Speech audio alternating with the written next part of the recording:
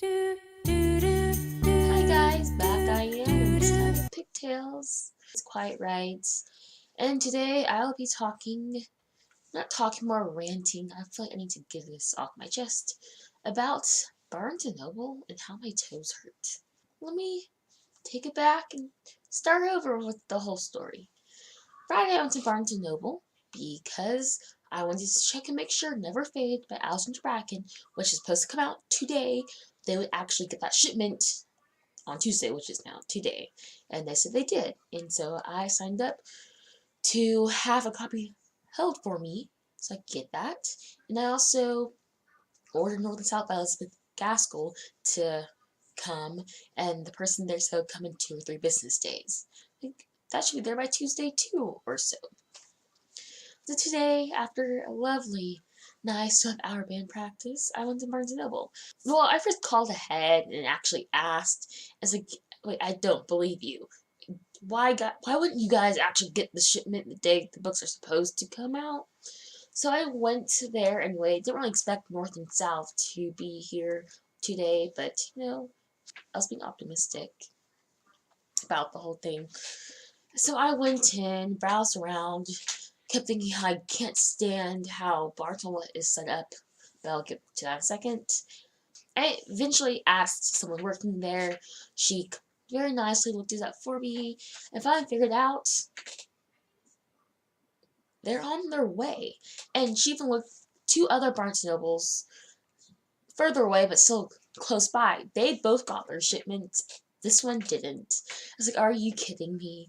And the whole time, both my big toes were hurting from band practice. It's like, it kind of hurts to walk. I'm tired, and I just really wanted to pay the $19 for my book so I could go home and not do homework and not read. Let me just randomly add in there. Attachments by Rainbow. Royal. I'm the simplest last names I still can't pronounce. That's my story of what made me think about ranting about Barnes & Noble. So let's quickly go down the list. Barnes & Noble, since they really don't have any competition in actual bookstores in America, that they can do whatever they want. I mean, they don't have a lot of locations. It's kind of ridiculous in my opinion. I live in Orange County, and I think there are 4, and 2 of them are in the same city. Whatever. There might be 6. Might be. 2 of how they're organized, and specifically speaking, the YA section of Barnes & Noble, because they very quickly cycle out books. It's only the newest, most recent book that's come out in all this fancy hardcover thing, or have a timing. I'm not sure how you organize this. I guess it's an alphabetical order, but I never really tried to look for the books in alphabetical order. So they never really have a bigger section. It's only the newest books, and after a month, they're gone. But then they're just throwing at you. You go in there, you turn a corner, there's a poster for a Legion that doesn't come out until the 22nd. They have Catching Fire stuff everywhere, Ender's Game stuff everywhere, Maze Runner stuff everywhere. They have, oh right, and they came out their own version. The book Thief came back out in hardcover, apparently sometime between Friday and today. So they very heavily advertise books are going to be movies, which I'm cool with, but have a bigger selection. And my other thing is things like how to find attachments. Her newest book I can't think of off the top of my head, which is, I think, Paper Towns. I think that's John Green, actually. And then the one that came out in this year, 2013, which is still in hardcover, that was in the YA section. I think even the one that came out in 2011 was. Attachment wasn't.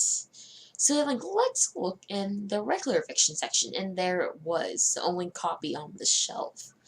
So you have to get creative and think about cross-section book shelving they've done. And sometimes I want a paperback copy, the selling hardcover.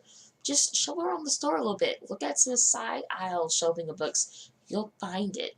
I bought the sequel to Maze Runner, which is called Scorched Trials. And I started walking along the aisles, like, oh look, it's there, like on the bottom shelf. On how Barnes has those side, not aisles, but they put books advertising there. So I guess that's my learning how their shelving system works. I guess about my toes. I put a lot of force into my toes when I march backwards, and so now, like, the joints of my toes have been hurting. So hopefully I get more tape, so I've been taping my toes. And taping my toes takes away from me reading books. Not really, but that's going to be my tie-in to how that makes sense into this whole video. So that was my rant about Barnes & Noble and how my toes hurt. And you guys also got to see a couple books I bought this month. Thank you for listening to my little rant. But I still like Barnes & Noble for what it's worth. Bye.